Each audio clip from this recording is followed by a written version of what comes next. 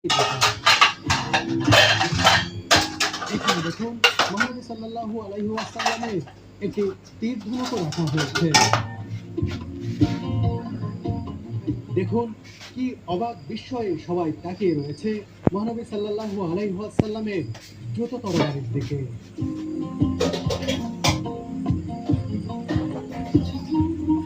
উহুদের যুদ্ধে রাসূলুল্লাহ সাল্লাল্লাহু আলাইহি ওয়াসাল্লামের যে দাঁতটি ভেঙে গিয়েছিল এই বক্সে তা রাখা হয়েছে। সুলতান মেহমেদ চতুর্থ এটি সংগ্রহ ও সংরক্ষণের উদ্যোগ নেন। দন্ত মোবারকের পাশেই রয়েছে মহানবী সাল্লাল্লাহু আলাইহি ওয়াসাল্লামের ব্যবহৃত চামড়ার আরেক জোড়া জুতো। কত পুরাতন অথচ কত আধুনিক ডিজাইন এই জুতো।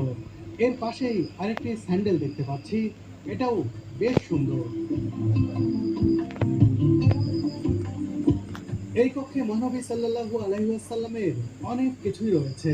এখানে বিভিন্ন আকারের বক্সে তার দাড়ি মোবারক রাখা হয়েছে। খালি চোখে দাড়ি দেখা গেলেও ক্যামেরার লেন্সে তা অনেকটাই অস্পষ্ট। এখানে দেখতে পাচ্ছেন সপ্তম শতকের ভাঙা বোতলের টুকরা। এই বোতলের পানি দিয়ে মহানবী সাল্লাল্লাহু আলাইহি ওয়াসাল্লামের মৃতদেহ ধৌত করা হয়েছিল।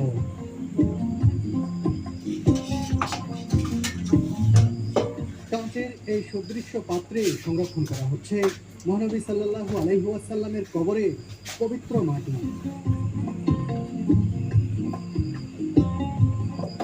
এটা আসলে খুবই ভালো লাগতেছে।